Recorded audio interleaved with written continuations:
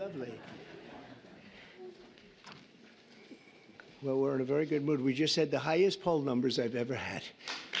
Ever.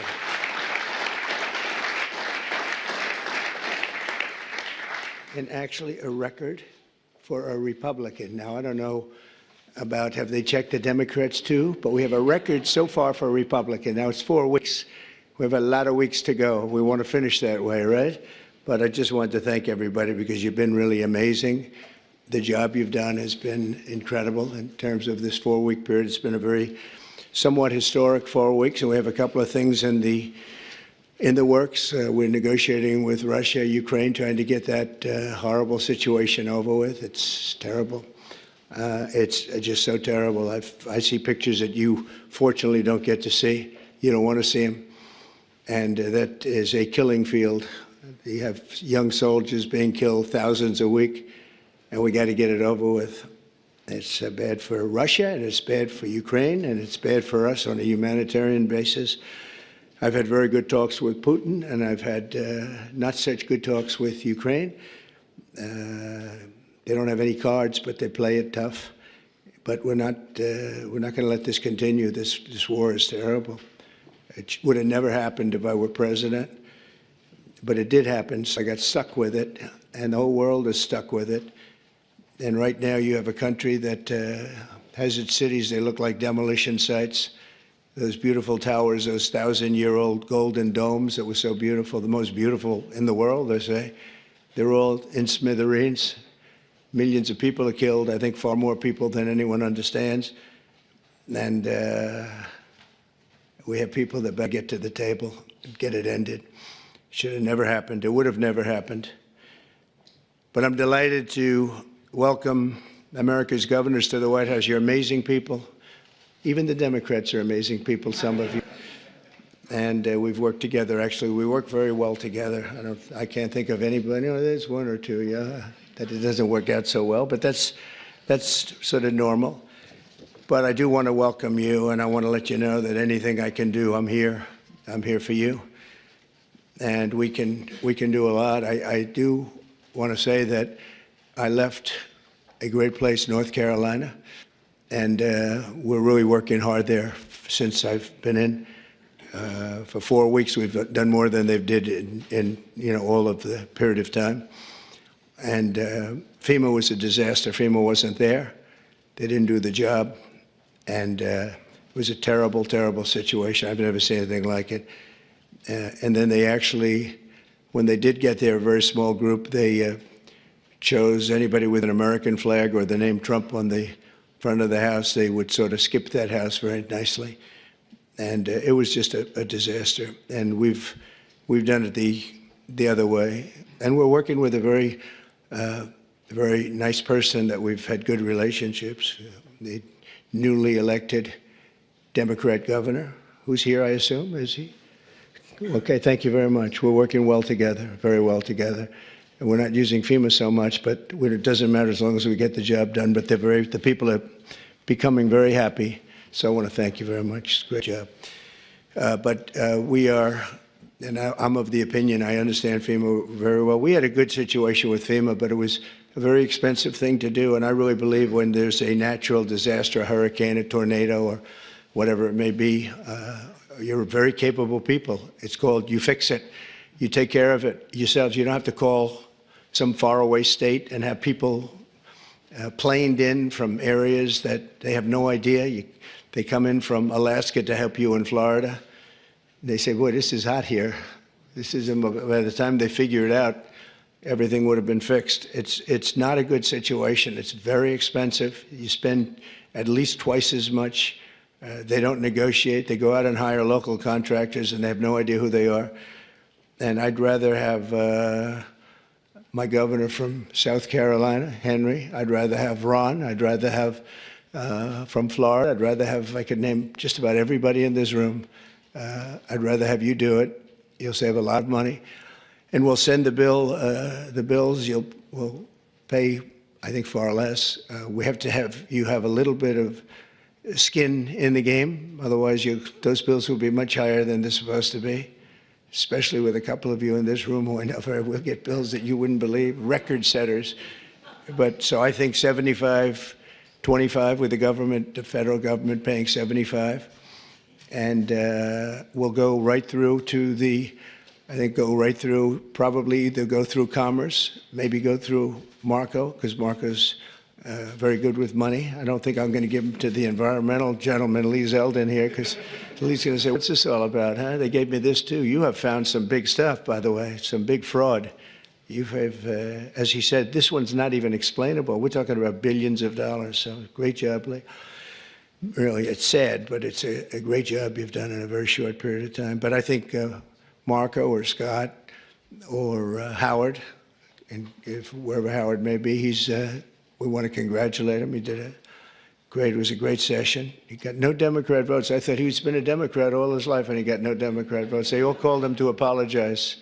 And, you know, honestly, that shouldn't be. But he got approved yesterday. But today I'm delighted to welcome America's governors to the White House, and I've known many of you for a long, long time. And this week we're forging even stronger bonds of cooperation to better serve the American people. I also want to thank the members of my cabinet who have joined us for this meeting, and they really have gone right off the bat. And I also want to thank Senator Thune, because I'm hearing we set a record on approvals. And I was screaming, I thought it was going so slowly. I think we have a record. So I apologize to anybody I screamed at. But no, it was announced this morning. I think we had a record for the number of positions, so that's great. And they're great people. So I'll begin by introducing Secretary of State Marco Rubio. He scares me because he got 99 votes. So that's either unbelievably good, because he's an incredible diplomat and therefore he's Secretary of State and you couldn't have picked it. Or I'm a little nervous about you, Marco. And the only vote he didn't get was our Vice President, who couldn't vote because he had just left. So you got 100%. But it really says something. I think it says working together. It's an amazing tribute, I think. I'll let you know about it. I'll let you know about it in about 2 years, everybody. Marco's been great, and he's been in some big meetings with people at the highest level of states that we would say, states meaning other countries that we would have said wouldn't have dealt so well, but they're dealing very well. You have a great group of people with Steve Witkoff and Michael Waltz, and we're making amazing progress. I mean, we've made more progress on that situation, which is Ukraine, than they have in 3 years. Again, it's so sad that it began, but we're also working very hard in the Middle East. Another one that wouldn't have happened, we would never have had, you wouldn't have had October 7th. They had no money. Iran was broke. We had sanctions up on Iran that nobody's ever seen before. They were literally broke, and they were not giving any money to Hezbollah, to Hamas. And how about Hamas yesterday with the babies? How about that? You know, we're going to take that. We're going to continue to take that. I don't think so. But I want to just thank you, Marco, for doing a great job. And Scott, you also. Scott went all the way to Ukraine. I said, don't do it. That's why they have telephones. But look, it's always better to meet in person. But I just didn't feel that it was good. And it was dangerous. You saw things on that train ride that you didn't like, I understand. You know, it's a pretty dangerous ride. The long ride, how long was that? 10 hours. 10-hour ride? That's after you get there. And a very dangerous journey, but he wanted to do it. He's a patriot. He wanted to do it. It's better to do it than it is with a telephone. Always better. I always say it's much better to meet in person, but that was dangerous. I like him. Therefore, I didn't want him to do it. If I didn't like him, I would have suggested he do it. In fact, I'd say, go back today and let's give it another shot. But I hear that they're going to agree pretty much with what. But that's not the big thing. The big thing is getting it done. And we'll get it done. Also, somebody who's been so popular right from the beginning, very, very little opposition, but she's fantastic. She was the Attorney General of Florida for 8 years, highly respected, and just an amazing person, amazing leader and woman, Pam Bondi. Good, Pam. How's it going? Good? You got enough work? You got a lot of work over there, I'll tell you, man. She's going to be unbelievable. I don't even think about it. Interior Secretary Doug Burgum. And Doug, I don't know if Doug's here, he was last night. Oh, good. You just disappear right into the woodwork, huh? Doug is a man who made a lot of money, actually, but in technology, sold to Microsoft for a lot, and decided he wanted to do a Trump thing, and he did, and he won easily. And he became a great governor of North Dakota, and really good. And he was all of a sudden thrown into the oil business, right? And he took that to a level that nobody ever thought possible. The job you've done there has been amazing. And I watched he ran. Then I said, I like that guy. He was one of the few that didn't hit me. He was after my position, but he never said anything bad about me. I said, okay, that's one checklist that we have good. You know, it's one of the ones. But he was an amazing governor, and he really became an expert on energy. And when I was with him, I realized I wanted him someplace. I didn't know exactly where, but I thought it would be the Department of Energy. I kept talking because the state has done so well. And I said, look, I want you to just hold it, and I want to put you there. He said, sir, I have somebody much better than me on energy. Who? Chris Wright. I said, who the hell is Chris Wright? He said, is Chris here? I don't even know. Is Chris here? Hello, Chris. Boy, am I giving him some build-ups. I did the same thing last night. But he's the top guy in the whole, they say, on the planet for energy, in all forms of energy. Even clean, beautiful coal that we're going to be using like Germany does now. They're opening up a plant a week. And they're opening up in China more than, somebody told me, 2 plants a week, you know, but we're supposed to use the wind, which doesn't work. Doesn't work from a practical standpoint. But I just want to welcome you because you had the greatest man. When he said, you're probably the only man, because I know Doug, he's got a big ego. And you're the only man I've actually heard him say something. He said, he's so much better than me on energy, he's better than anybody. And so we made a move, and you gave up a tremendous position to do this. And we want to thank you. But we have to get going, because when we bring the energy costs down, we have more energy than anybody in the world. We just didn't use it. Can you imagine? Biden set us up in Venezuela instead of taking ours, so that we go to Venezuela where they'd have very heavy stuff. And we have the best stuff in the world. We have more liquid gold, and it's really great liquid gold, too. We have more under our feet than anybody else. But we went to Venezuela to buy oil instead of taking it from our own land and, you know, drilling a little hole in the ground. About, how big is that hole? About a foot? About a foot, yeah. We drill a little tiny hole, and we could have taken it instead of all of the problems. And then we've made Venezuela strong again. You know, they've given them a lot of money. They never thought they were going to have so much money, and all the people are leaving. So you're going to have one guy sitting there with a lot of oil under his feet. That's not a good situation, but we're having talks about that whole mess. What a mess it was. That was another one that was done. He was ready to quit. He was going to be out. Marco, you know that better than anybody. Marco's been very staunch against what took place there. And we were going to have that in any form we wanted it. But Biden made them strong. It was the worst administration in history. And I say that with a lot of Democrats, but I think you believe it too. You can't say it, but you believe it. But I just want to thank you. And if you get those prices down, you know, that's what caused inflation, the energy, the spending, but I think even more so the energy.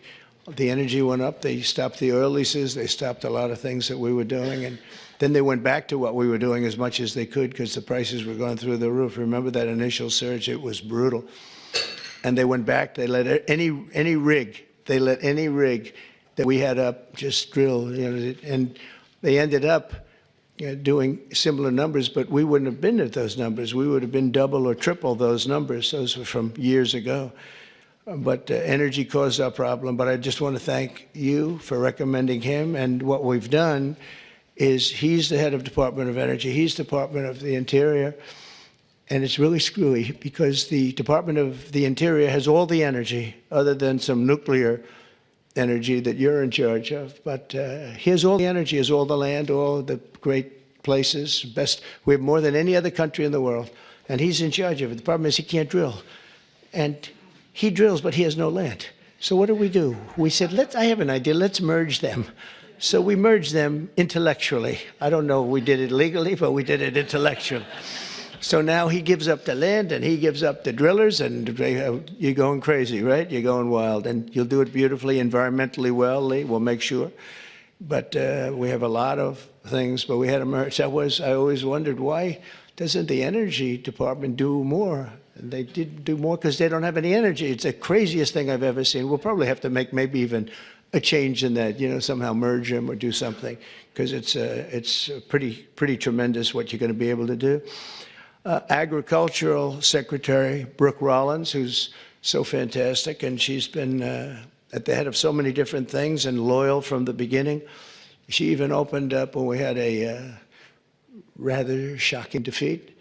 She opened up we call it an institute. I've never seen anybody raise money like her. She raised hundreds of millions of dollars on this fabulous thing. But I said, look, we want to win another race because I think it's really important to win twice. And I won 3 times, if you think about it. So but it's only the Republicans smile when I say it happens to be true. But Brooke has been amazing, and it was really tough because this last election, I go to a person and say, sir, I just gave you $10 million. Oh, where did you give it to? I gave it to Brooke. You gave it to Brooke. She's spending it on policy. We don't have to worry about policy. We have to worry about getting elected, right? But Brooke is fantastic, and she's done such a good job, and she's make America great again, top of the line, right? And she's going to, and what I didn't know, and as soon as I found out, I said, that's that. She studied. That's what she studied, agriculture. She knows everything about it. And she's going to be a fantastic secretary, and you'll do something with the eggs, because I'm hearing so much about eggs. You'll figure it out. You got to figure something fast. But and we inherited all of the problems. At some point, a few months down the road, we won't be able to say it's so much us. But the big things, really, we can blame other people for, to allow criminals into our country at levels that nobody's ever seen before, to allow people from jails to have countries from all over the world be allowed to empty jails into an open border. They emptied jails and prisons, mental institutions, insane asylum, gang members, drug lords, drug people on drugs, people that are very sick. They allowed them to come into our country totally unchecked, unvetted. And right now we have a great gentleman, Tom Homan, who's doing an unbelievable job, and Kristi Noem. They're doing a great job, but it's something we should have never had to be done. And you see the levels of crime that these are serious. They make our criminals look nice, I'll tell you. That's the only thing we get out of it. Our criminals are very nice people by comparison. These are seriously tough people. The various gangs, whether it's MS-13 or the Venezuelan gangs, they're as tough as nobody's ever seen toughness like this. Secretary of Health and Human Services, nobody knows this particular gentleman. He sailed right through. I thought he'd get a lot of, I said, well, he's going to get a lot of Democrat votes, Ron. I said, he's going to be an easy one, right? I told Ron DeSantis, I said, this one's going to be so easy. He's going to get all those Democrat votes. I don't know. You thank goodness for the Republicans, right? Robert F. Kennedy Jr. And where is Bobby? Where is Bobby? So congratulations. Was that as easy as you thought? Just quit. Well, in the end, they all voted for him. He did pretty well. You got through. But, we have one stat that I quote, the autism stat. And you hear different numbers, but it's thousands. They say between 10 and 20,000. So if you go back 15 years ago, we had like nobody. It was 1 in 20,000. Now we have 1 in 34. Is that right? 34. So 34 or 36 kids have autism. And if you go back, I guess 18 years, that whenever that was done, it was 1 in 20,000. So we got from 20,000 to 34, 36. That's unbelievable. So there's something wrong. There's something wrong. We've done something wrong. There's something, you're going to figure it out. Maybe it's a spray that we spray all over the place that nobody else does. Other countries don't. The Pennsylvania Dutch, they don't do anything, and they're amazingly healthy. And he understands. He's working with Dr. Oz, who's a really smart guy. I know him very well. And those two guys are going to figure out, and they're also going to figure out why in the United States we pay $1,300 for a drug, one that we were talking about, and in London they pay, literally they pay $200, even less. $88 I heard in one case yesterday. They pay $88, we pay $1,300 for the exact same drug from the exact same factory, from the same plant where it's made. We've got to figure that out. So I hope you focus really a lot on the cost too, because Americans are being screwed, and it's no good. They're not going to put up with it. Secretary of Housing and Urban Development, another one I know very well. He's going to be fantastic, Scott Turner. So, Scott, congratulations. Man, oh, man, you are something. He got up and we had a great meeting yesterday, right? He got up and spoke. He's a good speaker, that one. And everybody loves you. Everybody knows you. Great guy. You're going to do fantastically. Well, you got a good recommendation from Ben Carson. Once Ben Carson recommended you, I said, all right, that's okay. We love Ben Carson. Nobody like Ben. Secretary of Energy, I introduced, Chris Wright, and Secretary of Veterans Affairs, Doug Collins. I know Doug so well. Oh, where's Doug? Where's Doug? That voice during the Mueller hearings, that beautiful voice. Do you know, remember the catastrophe that every Democrat remembers this, when Mueller went to testify? This was not a good situation. That's where it all ended, Pam, when he didn't know anything about anything. And Doug said, you don't know what we're talking about, do you? No. This was not a good day for them, but it was a good day for justice, I can tell you that, for fair justice. EPA Administrator Lee Zeldin, he ran for governor of New York. In theory, you have no chance, but actually, he almost won. It was a fantastic run, amazing run. And he's very smart. He was a congressman. He was fantastic on the hoax, the various hoaxes I had. I had a lot of hoaxes, so many I don't want to name them all. We don't have enough time. But he was always very strong, great lawyer, tremendous lawyer, and also a big believer in the environment and keeping it good and clean and healthy. And I just want to thank you for the job. And the only thing I ask is that you go speedily, because, you know, a lot of people use the whole process, the environmental impact process, to delay projects. We just want them to go quickly. And you can get the same answer in a matter of months as opposed to a matter of years. I feel so strongly, because people are coming in with tremendous amounts of money. I have been spoken to by yesterday I had Tim Cook in the office from Apple. He's investing hundreds of billions of dollars. I don't know. I hope he's announced it. Hope I didn't announce this, but what the hell? All I do is tell the truth. That's what he told me. Now he has to do it, right? So it's good. But he's investing hundreds of dollars, and others too. We're going to have a lot of chip makers coming in, a lot of automakers coming in. They stopped 2 plants in Mexico. They were under construction, starting construction. They just stopped them. They're going to build here instead because they don't want to pay the tariffs. The tariffs are amazing. It's good. I got myself in a lot of trouble. I said it's my favorite word in the dictionary, the word tariff. It's such a beautiful word. And the fake news killed me. They said, what about love? What about God? What about family? And they said, I'm in trouble. I said, so now it's my 4th favorite word. I say, love, God, family. A couple of others I could add in there too, but it's my 4th favorite word. So, and OMB Director Russell Vogt. Thank you, Russell. You're going to be incredible. I know he took some hits, but I know how good he is, how honest he is, and he's fantastic with the numbers. And you're seeing these numbers coming out with the theft, right? And it's tremendous fraud, waste, and abuse, and all 3 of them. But I think the fraud is really the biggest. I think you're going to see it. You come out as soon as you can, I think, with your numbers, because they're not explainable. They're not explainable. So I just, Russell, do a great job. That's all.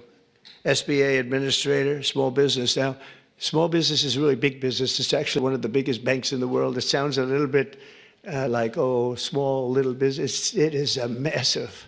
It is one big sucker, right? And Kelly Loeffler's here. So she's going to be incredible. And she's got an incredible husband, Jeff, who's one of the most important people in the world of finance. And he knows. He owns a thing called the New York Stock Exchange, so that's not so bad, right?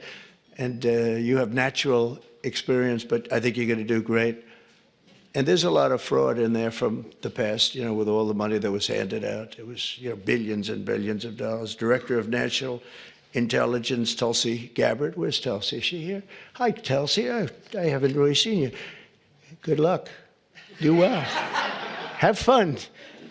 We built a building. The building cost like $12 billion. The building is loaded up with intelligence. Lots of luck figuring it out, right? Good. It was, he was treated pretty rough for a person that's an incredible patriot. We've all known that. So it's nice that you're sitting with Bobby, because you too, you went through a lot. But you know what? You're going to be star. And over the past month, our new administration has taken unrelenting action to fix every single disaster that we inherited, and we inherited a lot of them, the border being, I think it's the most difficult one of all. The rest we can get fixed, including foreign countries that are doing things that they shouldn't be doing. And one of the reasons that we won the election by so much, because we won it in everywhere. We won the popular vote. We won the 7 swing states, all 7 by a lot.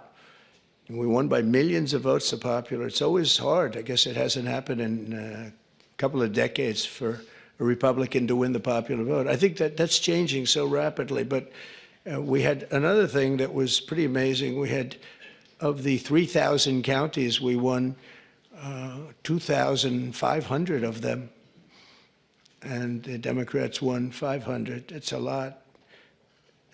They've never seen anything like it. It would actually, you would have thought that the numbers would even be much higher. When you win 2,500 counties to 500 counties, that's, when you look at the map, you've all seen the map, the one that got certified and came out just recently. It's like almost totally red. And it's my honor. We're going to just work it out. But we've really become the party of common sense, and I think it's important. I think it's important for the Democrats' common sense too. We're going to deal with you, and we're going to deal on a common sense basis. And I know a lot of you agree with a lot of the things. I don't know. Sometimes you're not allowed to say it, unfortunately. But I think we'll be all better off if everybody says it. That includes Republicans saying the right things. So on day one, I declared a national emergency on our southern border to stop the invasion of our country, because we were being invaded.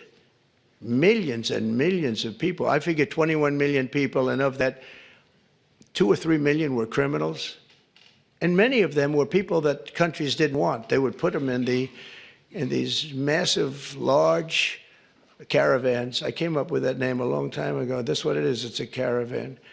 And these are people, in many cases, they might not be criminals, but they're people that the country didn't want. They didn't work. They needed help all the time, or they needed assistance, or whatever. Our country's got a lot of people in it right now. And we're going to make sure that everybody's treated fairly, but we got to change it. It's the most difficult problem, I think. Additionally, the heroes of ICE have been really hunting down the really bad ones, and we are going, they're incredible people, ICE. They were being shunned by Biden. They were being mocked. And let me tell you, these are tough men and women. But they're tough. They'll see like a MS-13 band of thugs out on Long Island, and they'll bring up the paddy wagons. They get in, and they'll say, no, one of them, 2 of them, killed 2 young girls in Long Island. For some reason, they like Long Island. MS-13 loves Long Island. I don't know what that's all about. But 2 young girls walking to school, 16 years old. In the morning, they were accosted by a group of MS-13 thugs, and they don't use guns as much. They use knives. They like using knives, and they cut them up, cut them into pieces, and left them, and killed them, cut them up into pieces, little pieces. And they used knives because it's more painful. And ICE went in. They have no fear of these guys. They went in and they just knocked the hell out of them. And they'll go into a pack. They call it a pack, not like a political pack. Political packs are slightly nicer. but a pack of these MS-13 people or Tren de Aragua people from Venezuela, and they'll just walk in. It's all you'll see is fists going for 5 minutes, and then you'll see these guys walk out, and they got them between their legs, and they're bringing them, getting them the hell out of the country. These are rough people that we have to deal with. But ICE is incredible. Border Patrol is incredible. Law enforcement, the people in law enforcement, we make their job so difficult by allowing people like this into our country. We just shouldn't do it. So I've just designated the group from Venezuela, Tren de Aragua, as a foreign terrorist organization. I mean, in Colorado, they went and other places, they literally take over. They're like me. They're in the real estate business. They take over real estate. And they literally take it over. They just claim it. And tenants to get the hell out if you don't get out. They had one case where a guy called the cops, and they went in, "You call the cops?" "Yes." And they cut off his fingers. He says, "You don't call them anymore. You cut off the other fingers on your other hand." These are not nice people. But federal, state, and local cooperation has to be the backbone of border security. So I hope, as governors, I know all the Republicans are very much in tune with Tom Homan and Christie and everybody, but I hope everybody, because ultimately you want to get the criminals out of your state. And we're focusing on the really bad ones. We have 11,088 people that we know of that are murderers, that are actually murderers. And I can't imagine anybody wanting them in their state, whether you're a Republican or whether you're a Democrat or whatever you may be. I mean, we have many of them murdered more than one person, some murdered more than 5 people, and they're in our country. They let them out of jails. These were convicted people, and they let them out of jails because it's very expensive to have somebody in jail for a lifetime or whatever it might be. And they brought them in here. The American people expect every city and state to fully honor ICE detainer requests, and we hope they can, and to ensure the safe transfer of criminal aliens into federal custody for immediate removal from our country. You know, many of the countries said, "We're not ever going to let them back." Under the Biden administration, I remember it's Venezuela. He's a tough guy. And others, they said, "We're not letting them back. They're out of here, and you'll never bring them back. They're not coming into this country." And Biden said, "Oh, we can't bring them back. They won't take them." Well, we took them. And every single country now, you saw it with Colombia, you saw it with Venezuela. In fact, they actually offered to send planes to pick them up, and they'll pick them up so that we don't have to go through the expense of sending a plane. Is that correct, Marco? Even Marco couldn't believe that one. But they literally are sending planes to pick up these people. And they're rough people, and they're picking them up, and they're putting them in the planes.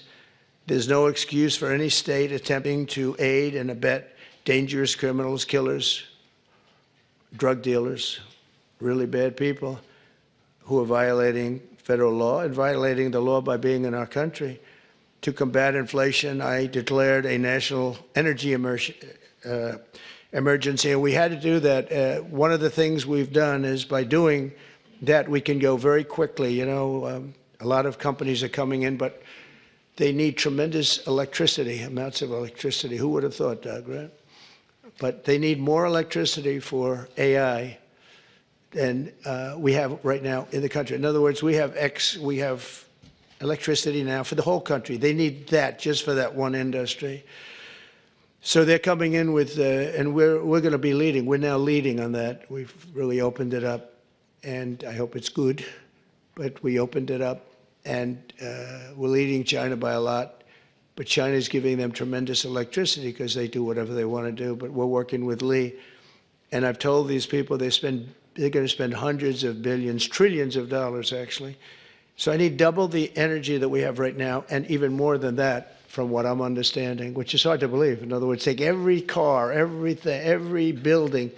We need, whatever it is, 100% of the energy. We need that amount just to be in the #1 position. And we need really more than that to really dominate, which I think we'll be dominating. But I told them, and they can't believe it, I said, we're going to get you quick approvals, and you're going to build your own electric plants so that you're going to create your own electricity when you build your plant, which will be massive. These are massive plants.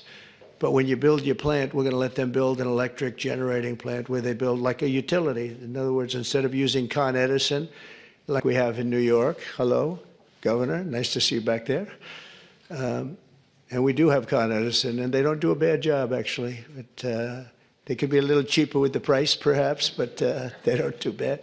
But we build our own utility. They can have their own utility. If they have any extra, they can put it onto the grid. But this way, they're not subject to a bad grid or a dangerous grid or a grid that gets taken out by bombs or war or anything else. So they actually couldn't believe it. They said, "You think you could get that approved?" "Yeah, I'll get that approved very quickly." They couldn't believe it, and they're so happy. And they're going to do some in Virginia, some big ones. But we're going to go, and this way, it's really a self-service. They just have this massive building with a large electric generating facility that'll be powered by natural gas, mostly. Some will use coal, some will use nuclear, clean coal. I only say clean coal, but some will use nuclear. They have their right to do it. None will use wind, because wind doesn't work.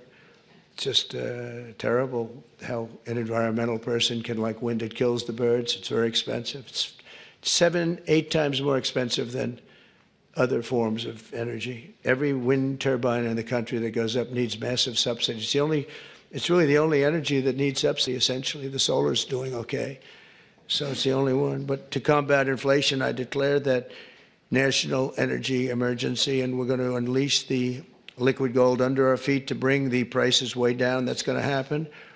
And again, we're going to have a big part of that's going to be natural gas, which is very, very clean, and clean coal. We're going to do as many forms of energy as we can. And it's going to be something I think everybody knows, and you're going to call me or anybody else if you have difficulty or problems, but you're going to have levels of business being brought to this country that you've never seen before. The tariffs are bringing them more than anything else. The country's bringing them, but the tariffs are bringing them. They hadn't been here, and we're creating tremendous tax incentives. But the biggest incentive is they don't want to pay 100% tariff or 200% or whatever it may be. And as you know, we're going to be announcing tariffs on cars from foreign countries of 25%. That'll be done in probably April 2nd. I was going to do it April 1st, but I said, I don't like that date. It's going to cost a lot of money to wait one day. You know, I don't know. What do I do there, Pam? Maybe should I do it just April 1st?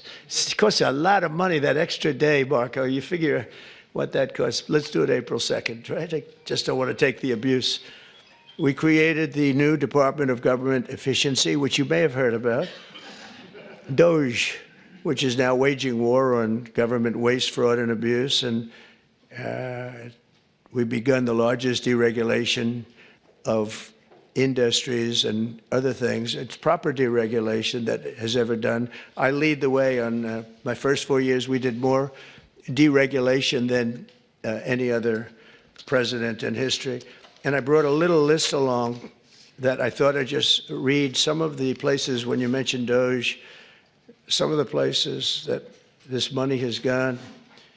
And these are the ones that I feel I can read. There are some that are so nasty and dirty and horrible that I don't want to really read them, because I assume they have television on. We have a guarantee they do. I let the press in today because we have nothing to hide, right? It's much better. They said, "Do you want to let the press in?" I said, "Why not? You think Biden would do that?" I don't think so. $520 million was given for a consultant to do ESG, that's environmental, social, and governance investments in Africa. $520 million, $25 million to promote biodiversity, conservation, and social responsibility behavior in the country of Colombia. $25 million, $40 million to improve the social and economic inclusion of sedentary migrants. They have no place in particular they were thinking of. There is no location. The money was sent out, but they have no idea where it's going. $42 million for social and behavior changes in Uganda, and $10 million for Mozambique medical male circumcision. People that want to be or have to be circumcised in Mozambique. $14 million for improving public procurement in Serbia. $486 million to a consortium for elections and political process strengthening, which $22 million was for inclusive participatory political process in Moldova, and $21 million going to my friend, Prime Minister Modi in India, for voter turnout. We're giving $21 million for voter turnout in India. What about us? I want voter turnout too, Governor. $29 million to strengthen the political landscape in Bangladesh. Went to a firm that nobody ever heard of. Got $29 million. They got a check. Can you imagine you have a little firm, you get 10,000 here, 10,000 there. And then we get $29 million from the United States government. There are 2 people working in that firm. 2 people. I think they're very happy. They're very rich. They'll be on the cover of a very good business magazine pretty soon for being great scammers. $20 million for fiscal federalism and $19 million for biodiversity in Nepal, and $47 million also for improving learning outcomes in Asia. Asia got a lot of money. $50 million plus another $50 million for condoms for Hamas. They gave $50 million, and it worked out so well, they gave another $50 million a little bit later. Condoms, $100 million for Hamas. And we're also uncovering outrageous incompetence and fraud in the Social Security, and I read this last night, so Governor, you're going to be bored hearing this, but you know, you never get bored because it's not possible to even believe it. So if you live 100 years, it's a long time, but let's assume that they had millions and millions of people living, because they have like 10 million people in the Social Security living. But let's go over 100. So now you're more than 100 years old. We have 4.7 million Social Security numbers, people from the age of 100 to 109. So if you're 100 to 109, we have 4.7 million people on our Social Security rolls, right? Well, that's a lot of people. I knew one guy who was 100. The great Lenny Litwin. He was a builder in Manhattan. He lived to 103. You knew him. He was one of the greatest builders. He was so happy. The reason he lived, he loved building. He'd build a building a year, right? Never had a problem. You knew Lenny Litwin, I would think, Governor, right? He was a great guy and got along with everybody. He got along with Democrats, Republicans. Everybody loved Lenny. When he died, it was a bad day for New York, I'll tell you. He was a great guy. But he lived to 103, 104 because he just loved his business. He was designing a new building at 103, and that was the end of it. He didn't quite get the design finished. But you had 3.6 million people aged 110, substantially older than good old Lenny. From 110 to 119, you have 3.6. These are the people on the rolls. Now we're looking to see whether or not they've been paid, because if they've been paid, then you're just using those numbers to take out the money, all the money that's paid to those people. 3.47 million people from the age of 120 to 129. 3.9 million people aged 130 to 139. 3.5 million people aged 140 years old to 149 years old. I think this is the case for Pam. I think I might give you this, Pam, just you can have it. In fact, I will. 1.3 million from age 150. There's 1.3 million people, they're saying, are alive and receiving Social Security. Now, that's the only thing we're checking. Are they receiving it? Because if they're receiving it, that makes it much worse. If they're not receiving it, that just makes it incompetent. They shouldn't be on the rolls. And the only thing good about this is that when we take all these people off the rolls, and we have tremendous fraud underneath with people that are 80 and 60 and 50 and everything else, but this is really incredible. 1.3 million from 150 to 159, and over 130,000 people are on the rolls of Social Security over the age of 160 years old, including 1,039 people between the ages of 220 and 229. So we have, think of that, we have 1,039 people who are 220 years old to 229. We have one person at 240 years old, and here's the beauty of them all. We have one person at 360, which is strange because the country is 250. So and they're 110 years older than the country. Here, Pam, you better take a look at this. That's much better for you than for me. Now the question is, are they getting paid? Because somebody maybe is getting paid. Yeah, I have a feeling you were. I said, what a convenient thing. This is so nice.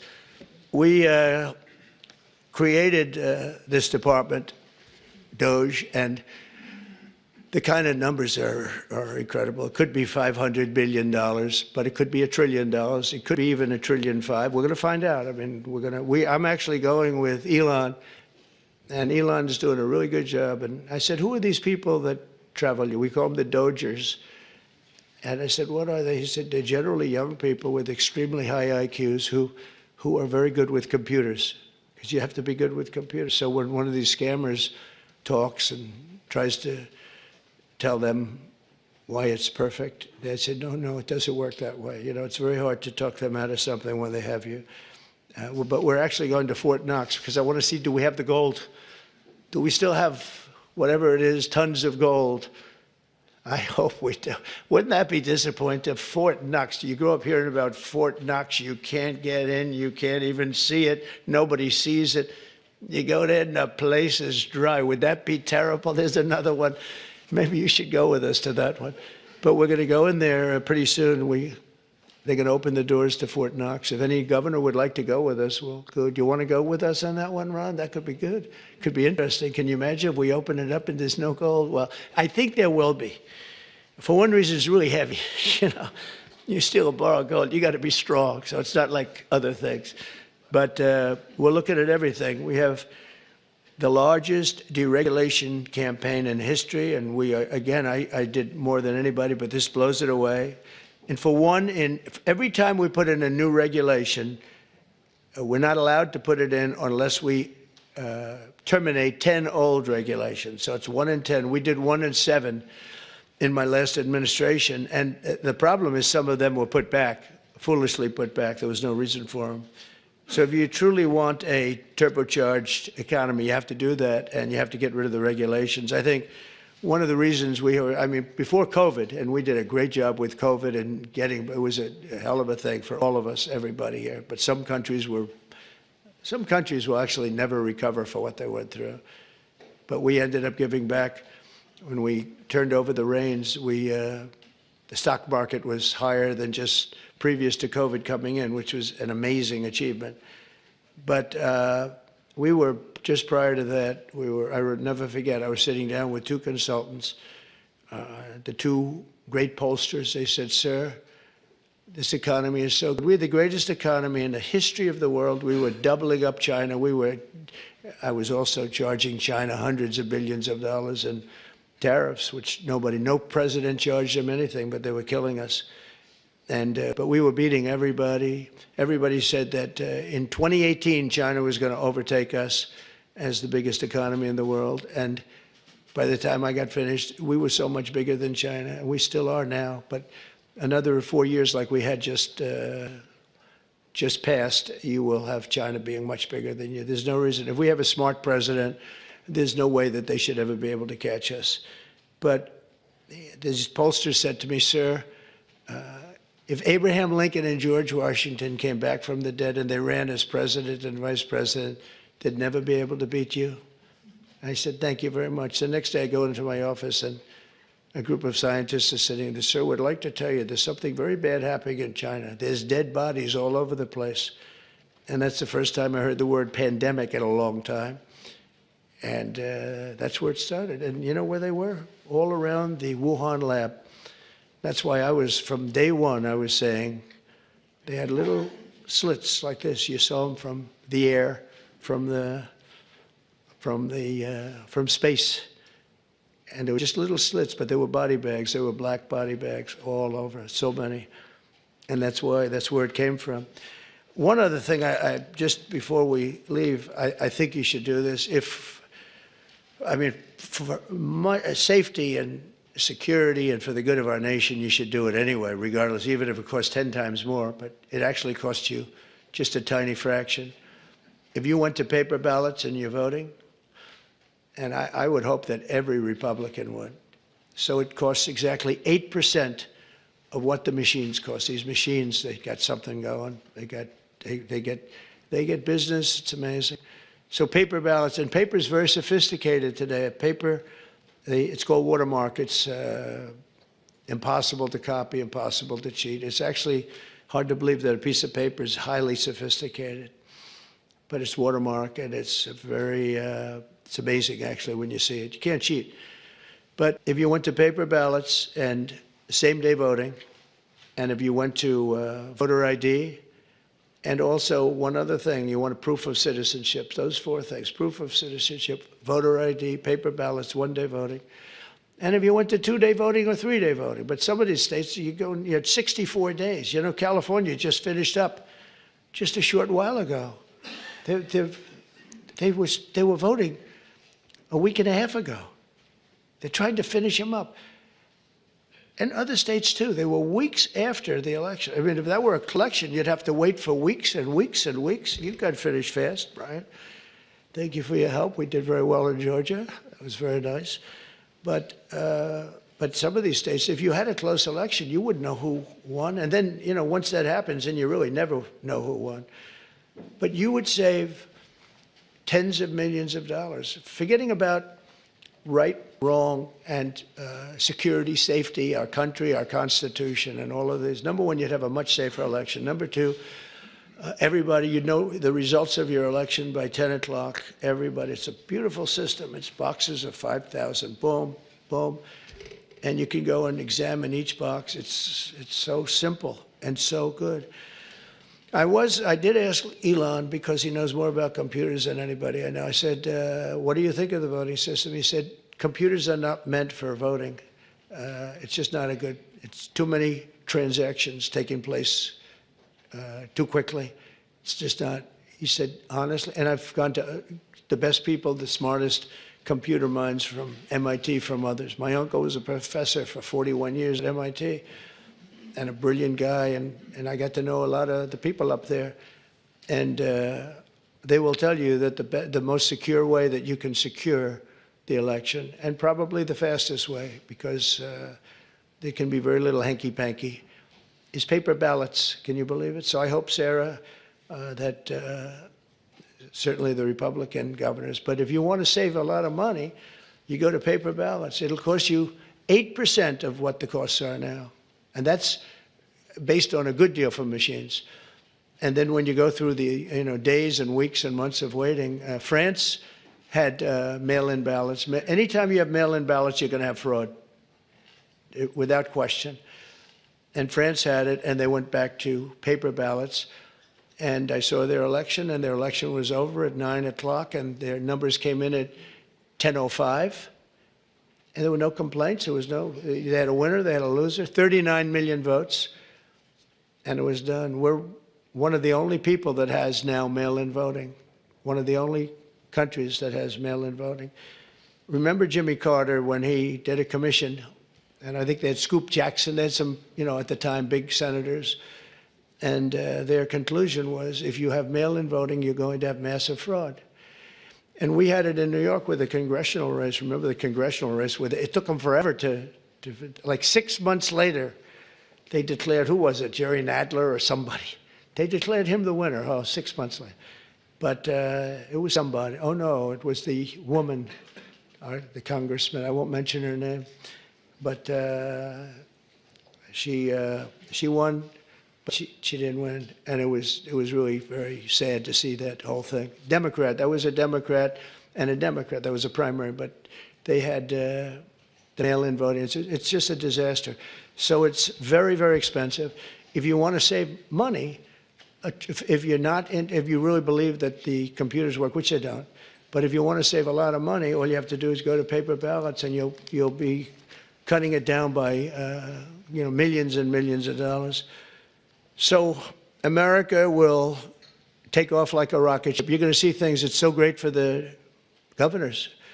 And Democrat governors are going to have, you're going to get the benefit of this. You're going to be opening up plants, and you're going to be, I hope we have enough people. We're going to and we want people to come into our country, by the way, I do, but they have to come in legally. So we need people in the country, but they have to come in legally. 2 weeks ago, I signed an executive order banning men from playing in women's sports. Many Democrats are fighting me on that. I hope you continue, because you'll never win another race. And it's just crazy. If you look at what happened with the boxing, if you look at what happened with the weightlifting numbers, where a record that hadn't been broken for 19 years got shattered.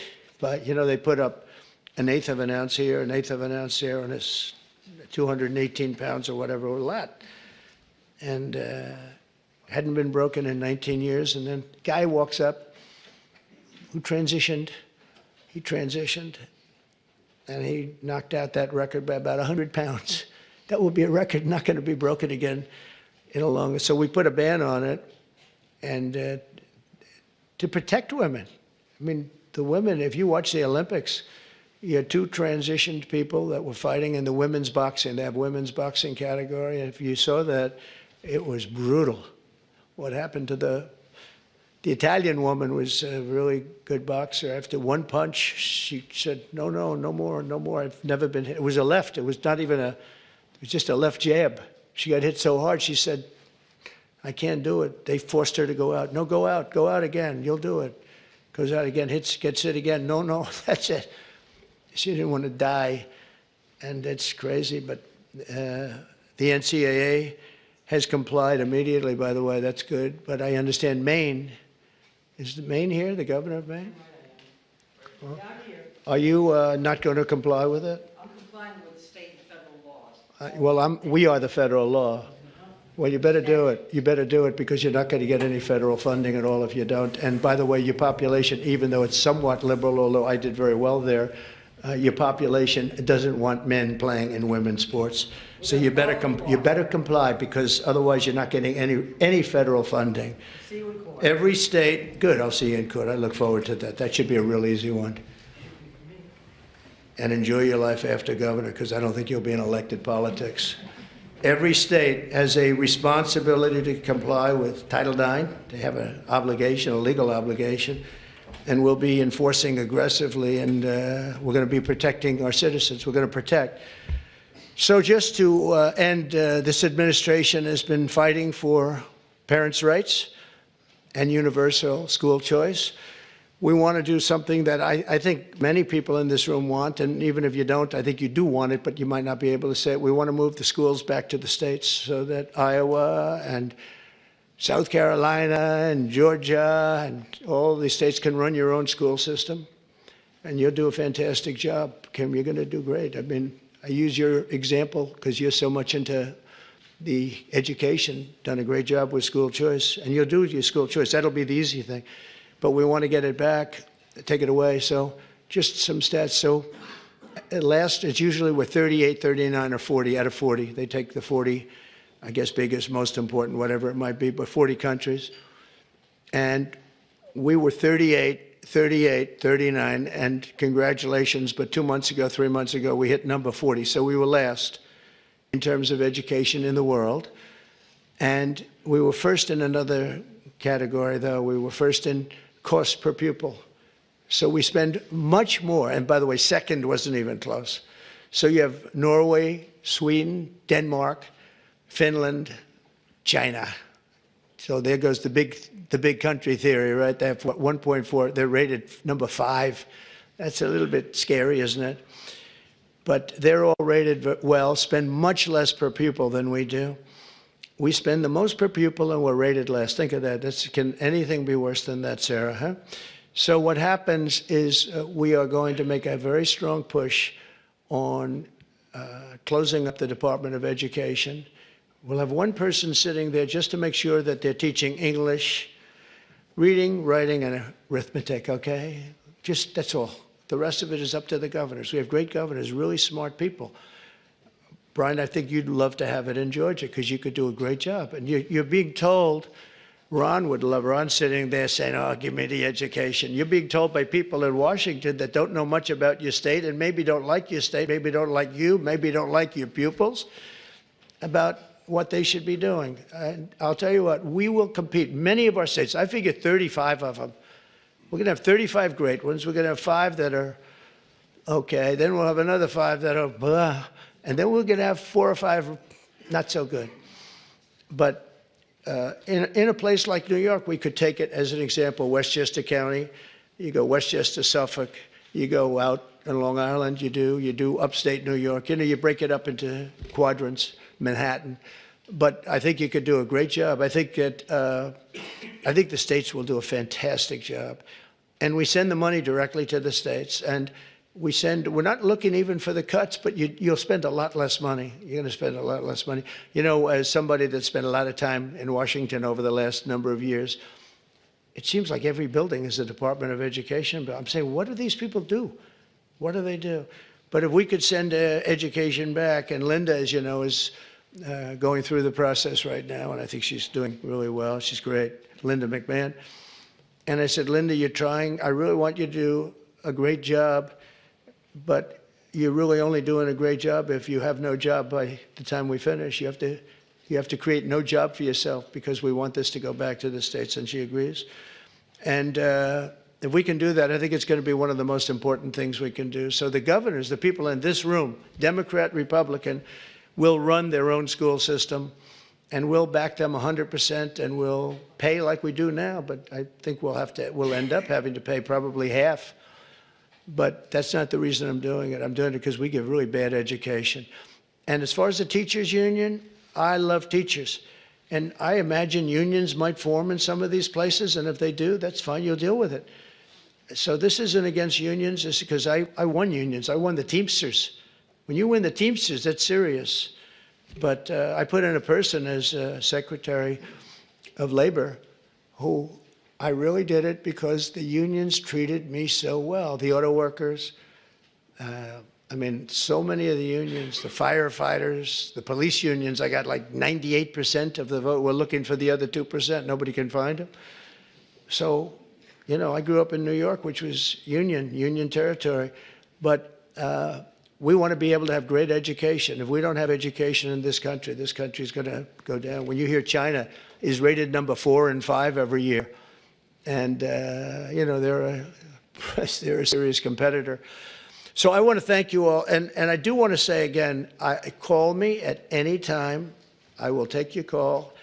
If you're a Democrat, I will put you ahead of the Republican. If I have a Democrat or Republican call, Simon, I will put the Democrat first. Okay, I promise. And probably, sort of promise, right? No, I will. We'll take good care of the people in this room, and it's an honor to be with you. You're very, very smart people. To do what you do, to get elected, it's a tough business. But if you could take back education, and if we could do some of the things that we just laid out very easily in this plan, and you have a federal government that's behind you all the way. We'll be sending help. As an example, if we do get rid of FEMA, which we should, it's very expensive, doesn't work, but we'll be sending federal help in if you have a big hurricane or a tornado or all of the things that I've been watching, and you'll be taken care of much, much better than you're taken care of now. You have to wait around for these people to come, and they come so late. But the worst example was what you had to go through in North Carolina. What happened there was a terrible thing. So congratulations on your victories, and you're going to have many more victories, and I'm here for you. If you want to ask a couple of questions, you could, if you'd like to. Yes, please.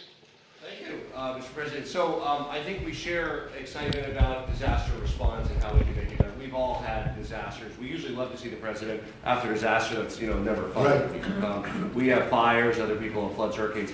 We want to be a part of helping to make a federal emergency response work, changing FEMA so they're not putting square pegs in round holes. So involve our group because we're the ones on the other end of it saying, oh my God, why are they coming with this when we need that? Right. So we're ready to help. Good. Thank you very much. It's very nice. Yes, please. President, thank you for welcoming us. As we go through the process of putting in your priorities as president, would you give us an opportunity to speak with you about, say, return on investment? Sure. Before we go, for example, into, forgive me, we've heard and we'll wait the decisions you make and the Secretary will make, but for instance on Medicaid or Medicare, sure. If cuts are proposed, perhaps give us an opportunity as governors to prove to you that we can make these programs worthwhile. That might help us on our budgets. I love that. I think it's great, Bobby. I think it's great. One of the things we're really focused on is bringing down the costs. And we haven't been treated very fairly, especially over the last 4 years. And as you know, we had transparency, which is one of the biggest things that could have happened. And Biden, for whatever reason, terminated that. That would have brought down the costs tremendously. But we'd love to have your ideas on any of them, Medicare, Medicaid, any of it. And we will, if those ideas are good. You probably have better ideas than anybody as governor. So we would love that. Thank you. On that issue of healthcare, we've talked about it before. If we reform the healthcare industry, and you tried to do that in the first administration, and they tried to fight it back every step of the way. We all deal with high healthcare costs in government and the private sector. And if we reduce that from 20% of our GDP down to 10 to 12, you can pay for a lot of things in government that we can't currently do it. We need to get the industry in line helping us do it as well. Well, you're a good example of it, and in your state, they've done a good job, but you're going to get those numbers down even lower. I know that that's something very strong for you. And as you have ideas, I'd love you to pass them along to the other governors here. But there are some states that have done a really, really good job with that, and we are totally open to suggestions, right? Thank you. Yes, Henry? Mr. President, thank you for having us here. It's the de minimis rule in tariffs. We've got the amount that is self-declared now is $800. If you say your package coming from wherever is under $800, it's not inspected, there's no tariff on it. Problem is there are a lot of things coming in that are over that. That's right, and we're not doing that anymore. And also there's fentanyl coming in, Yeah. I think, to all of these states. That's a real problem, and I think that everyone is sharing that. Thank you, Henry. So I had a deal with President Xi just prior to leaving office, but before the election, that President Xi was going to give the maximum penalty to anybody sending fentanyl into the United States. His maximum penalty is death. If you notice that every country that has the death penalty has no drug problem. They execute drug dealers. And when you think about it, it's very humane because every drug dealer, on average, they say, kills at least 500 people, not to mention the damage they do to so many others. But they kill large numbers of people. China, Singapore, actually there are quite a few, many in Asia, where they have the death penalty. There's no drug problem whatsoever. They come to our country because we have a much softer policy. We give them a slap on the wrist and say, kill a lot of people. So we're going to, I don't know if our country is ready for it. I am ready for it, the death penalty if you deal drugs. You know, you have to set out guidelines like fairly large numbers, et cetera. But you'll have it go down very greatly. One of the things we're going to do is we're going to do an advertising campaign. They're working on it right now, and that's saying how bad drugs are for you. I was speaking actually to the president of Mexico saying, you know, you can't send the people through your country. And I said, you know, you're not a big drug-taking nation. You send us plenty of drugs, but the people aren't drug-taking. And she said, yes, we're not a consumer nation. That was a very interesting term. And I said, so why aren't you? What are the reasons? Why is it? It's true, Mexico, they don't have a lot of drug problems in terms of taking the drug. He said, well, two things, and a lot of you could do the second thing. He said, we have very strong family values. I said, but so do we. I mean, I see people, they die of a drug overdose. The daughter, the son, the mother and father will never be the same, never be the same. Their life is ruined. Their life is over. I've seen it so much.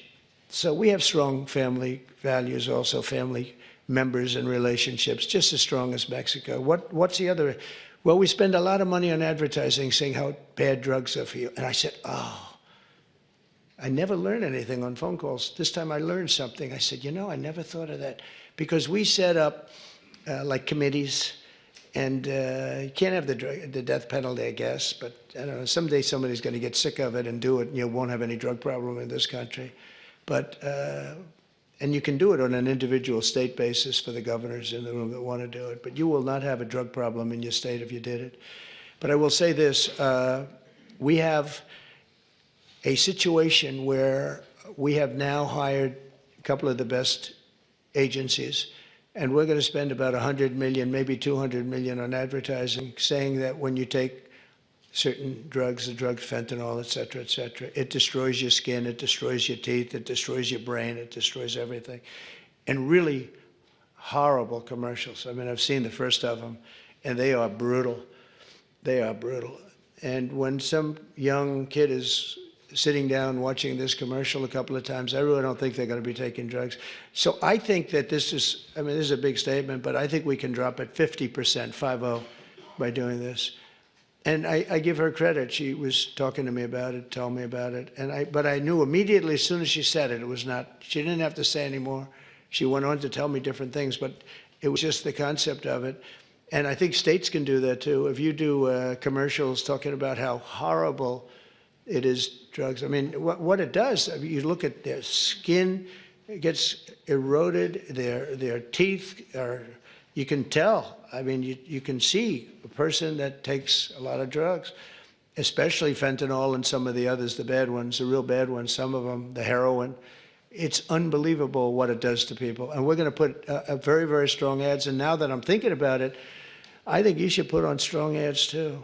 Really strong ads. I think it's an unbelievable thing. We'll all do it. We're going to do it on a national basis, but you can do it individually on an individual basis. And you can also look, I think, you'll have to get rulings in this, but your states have the right to go death penalty also for drug dealers. And, but only do that if you want to get rid of drugs, because if you don't do that, it's a little tough. But I think the advertising will have a huge, I think we can get it down by 50%. We set up, we did great. We got it down 18%. I said, that's not a lot though. Everybody was giving us credit. Oh, 18. And 18% to me, we set up committees with the First Lady of the United States on a blue ribbon committee. But they didn't know too much about El Chapo and the various people that we're talking about. It's a smart group of people. But I'll tell you what, the advertising could be unbelievable. And I hope the states do it. You're not talking about a lot of money. You're talking about peanuts, actually. I mean, with $50 million, you could just cover the state. And if you did that, and I'm going to do it, I think we can get drugs way down. I think we can get it down by 50% when you see it. I've seen some of the ads. It's, man, if a person looks at the ads that I saw, they're not going to be taking drugs. So good question. Thank you, Henry, very much. How about we'll do one more? Yes, please. Thank you so much for having us. Thank you. As we've talked as governors, we implement a lot of the social welfare programs, whether it's Medicaid or job training or rental assistance. Each one has different requirements that create cliffs in benefits that make it hard for people to recover. Things as simple as work requirements for able-bodied adults.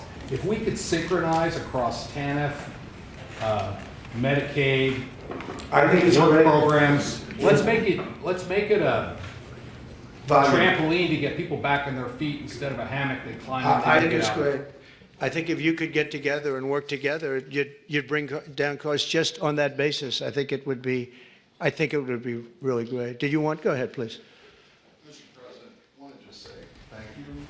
It's a word, 2 words. A lot of times we don't say thank you for your extraordinary leadership, your courage, all that you do. And just so you know, even in the state of Nebraska, you're inspiring Nebraskans to get comfortable being uncomfortable, to stand up for what we believe in: faith, family, hard work, the American dream.